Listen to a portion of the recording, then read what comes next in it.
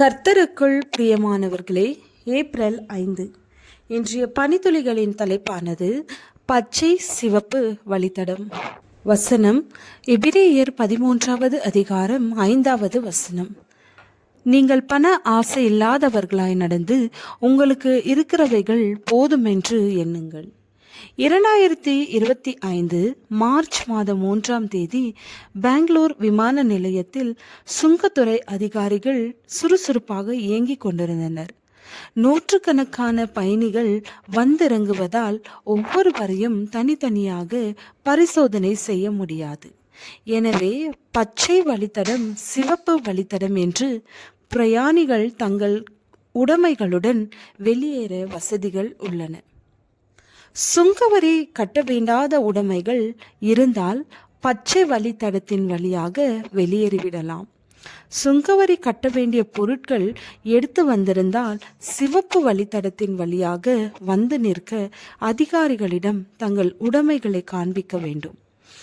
அவர்கள் அவற்றை சோதித்து உரிய சுங்கவரியை செலுத்திய பின்பு அவற்றை எடுத்து செல்ல அனுமதிப்பார்.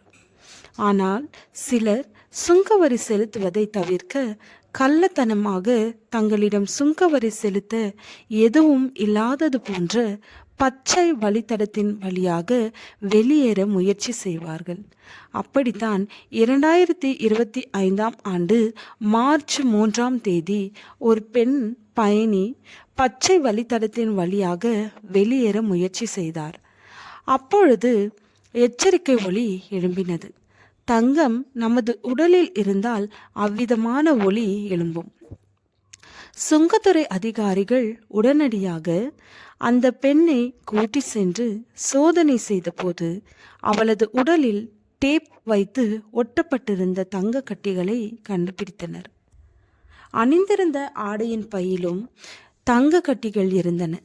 மொத்தமாக 14 கிலோ தங்கம் கடத்தி வந்திருந்ததால் உடனடியாக அவளது வீட்டையும் சோதித்த போது அங்கே 2.5 கோடி பணமும் 2 கோடிக்கான தங்க நகைகளும் கண்டுபிடிக்கப்பட்டு பறிமுதல் செய்யப்பட்டன. மொத்தமாக பறிமுதல் செய்யப்பட்ட மதிப்பு சுமார் 17 கோடி ரூபாய். இதனால் சிறைச்சாலையில் அடைக்கப்பட்டு மனவேதனையும் அவமானமும் அடைந்தார். சிலர் இதை இச்சித்து விசுவாசத்தை விட்டு வழுவி அநேக வேதனைகளாலே தங்களை உருவ குத்தி கொண்டிருக்கிறார்கள்.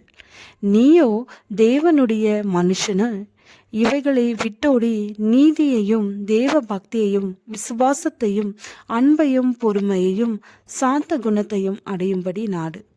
நாம் அனுபவிக்கிறதற்கு சகலவித நன்மைகளையும் நமக்கு சம்பூர்ணமாய் கொடுக்கிற ஜீவனுள்ள தேவன் மேல் நம்பிக்கை வைக்கவும் நன்மை செய்யவும் நல்ல ஆதாரத்தை பொக்கிஷமாக வைக்கவும் அவர்களுக்கு கட்டளையிடு.